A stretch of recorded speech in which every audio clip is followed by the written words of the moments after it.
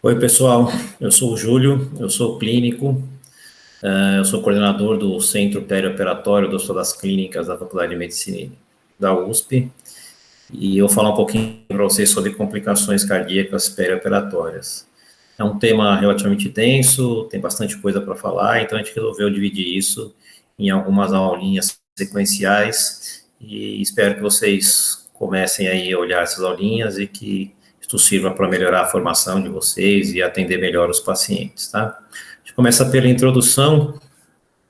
Lembrar lá na primeira aula que a gente deu sobre avaliação pré-operatória, avaliação clínica pré-operatória, a gente tem os nossos postulados, que são a anamnese, solicitação de exames, avaliação geral de risco, avaliação de riscos específicas, outros riscos pertinentes ao paciente, ao procedimento, manejo de doenças crônicas e medicações no perioperatório, introdução e orientação de estratégias protetoras e a conclusão da avaliação e a comunicação dos resultados.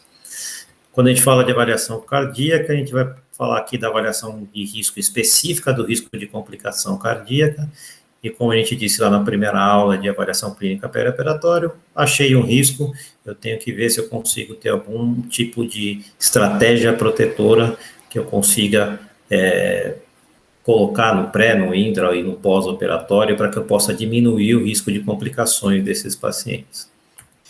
A gente vai passar agora pela introdução, que a gente já começou, a fisiopatologia, epidemiologia, vai falar das escalas e os algoritmos de avaliação de risco cardíaco.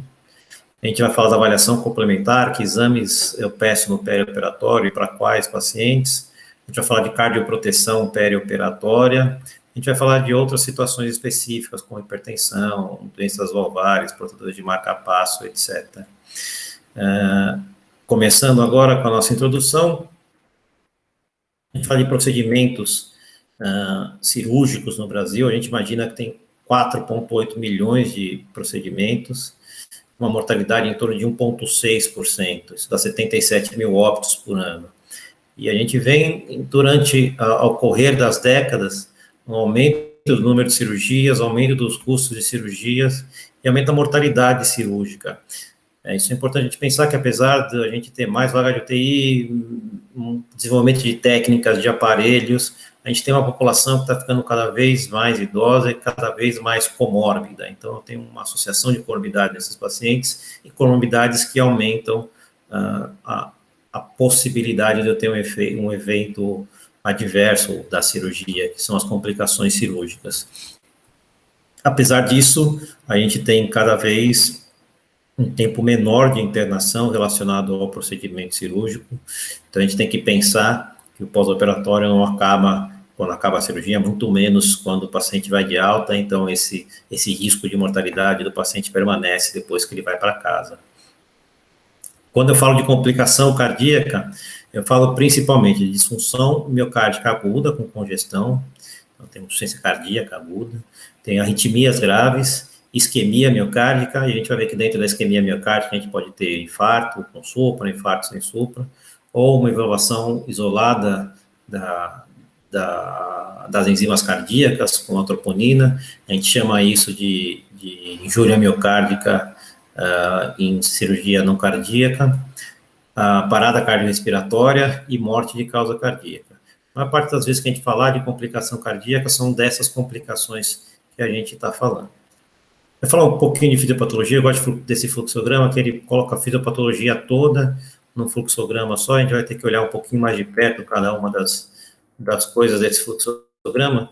Se a gente passar pelas características do paciente do pré-operatório, são coisas que a gente não consegue mexer muito, que são a idade, o sexo masculino, insuficiência renal, doença coronariana, doença arterial periférica, doença cerebrovascular, diabetes, congestão cardíaca, FA, hipertensão, doenças valvares.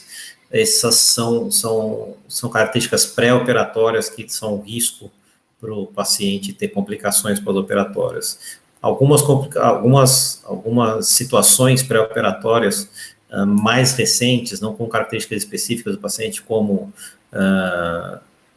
ruptura de aneurisma, doença coronariana aguda, colocação de stent, trauma, cirurgia de urgência, tudo isso são fatores pré-operatórios esses fatores pré-operatórios, apesar das doenças, das comorbidades, a gente conseguir compensar melhor no pré-operatório, são fatores que a gente não consegue retirar, são fatores que estão inerentes ao paciente que a gente não, ou ao procedimento, a gente não consegue mexer. A gente vai para os fatores intraoperatórios relacionados à cirurgia e anestesia.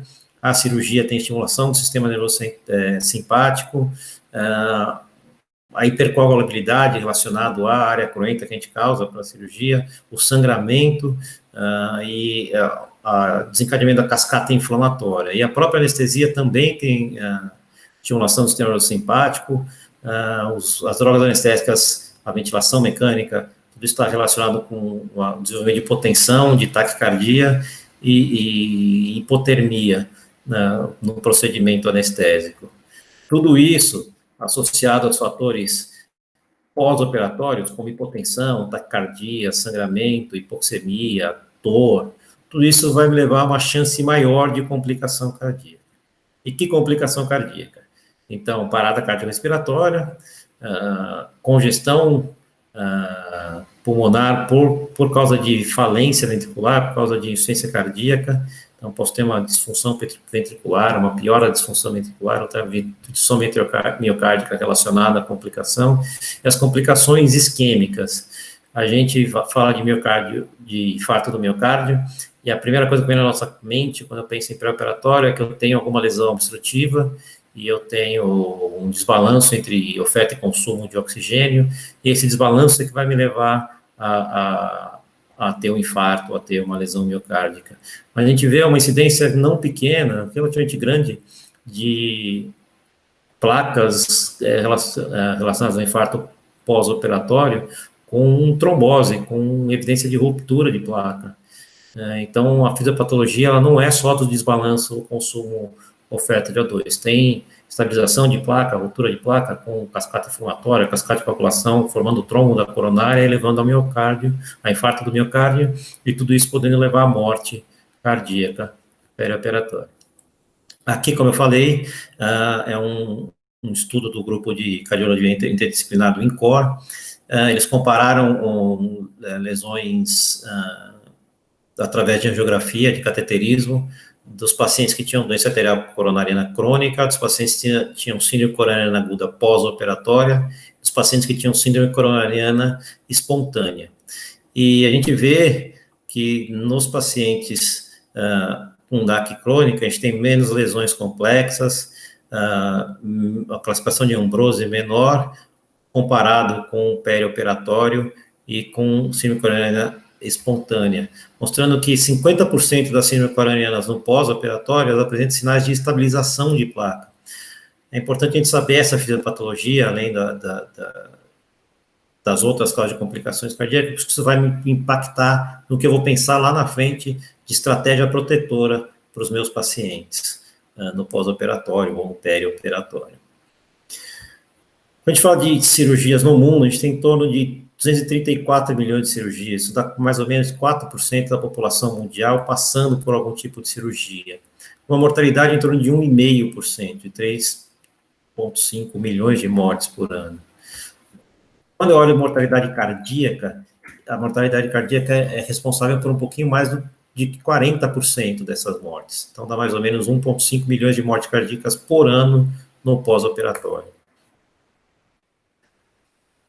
Esse trabalhinho aqui do Devereux, um trabalhinho de revisão, que ele pega mais ou menos a mesma estatística que a gente vê, de 200 milhões de cirurgias, e ele estima que 100 milhões das cirurgias são pacientes acima de 45 anos e que estão sob risco de ter uma complicação cardíaca, e aqui ele se foca mais no infarto perioperatório. Desses 100 milhões, a maior parte, 91,5%, 91 milhões, não vão ter nenhum tipo de elevação de troponina, não vão ter nenhum tipo de injúria miocárdica depois da cirurgia. E desses 1 milhão, mais ou menos 1,1%, vai morrer de alguma outra causa não relacionada à isquemia miocárdica. Desses 100 milhões, em torno de 600 mil, em torno de 0,6%, vão ter uma elevação de troponina, mas que não está relacionada com nenhuma causa cardíaca. Então, embolia pulmonar, sepse, disfunção miocárdica, insuficiência renal, outras causas de elevação de troponina. Desses pacientes que vão ter uma elevação troponina de causa não de isquemia miocárdica, de injúria miocárdica, em torno de 26% deles vão morrer em 30 dias depois da cirurgia.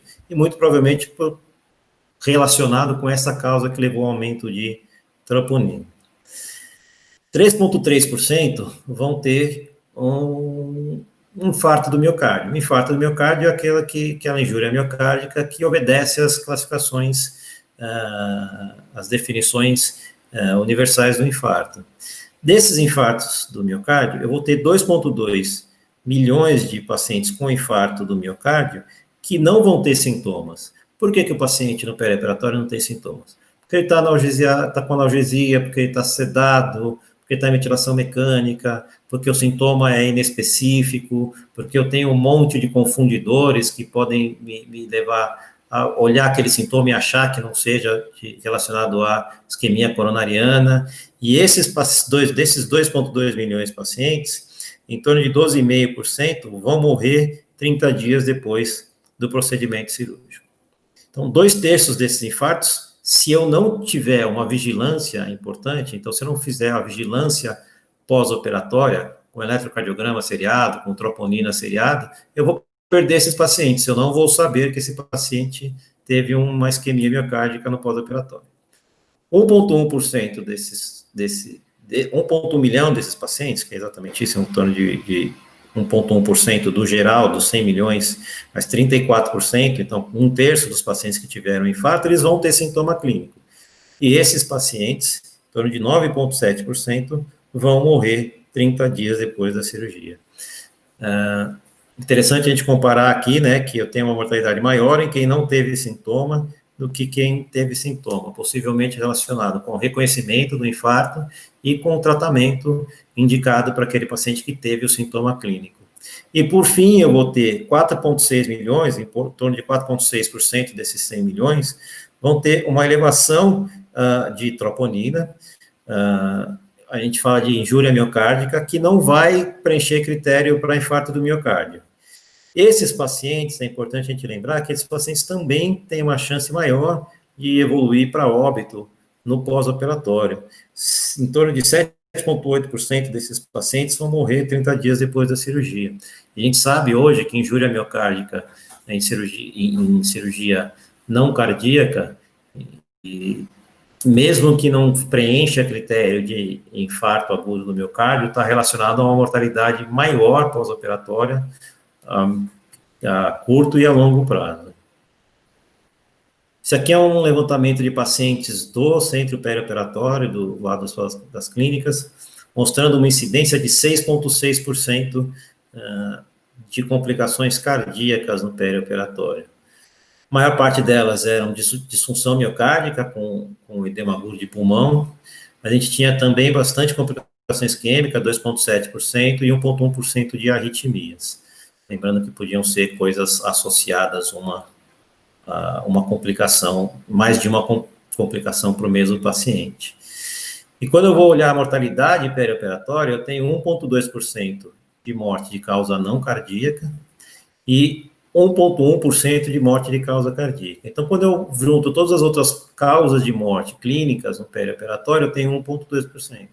Quando eu só olho a morte cardíaca, eu tenho 1,1%, mostrando aí a importância da complicação cardíaca na mortalidade pós-operatória e na importância da gente saber como é que a gente faz a estratificação de risco e como é que a gente protege esse paciente no perioperatório.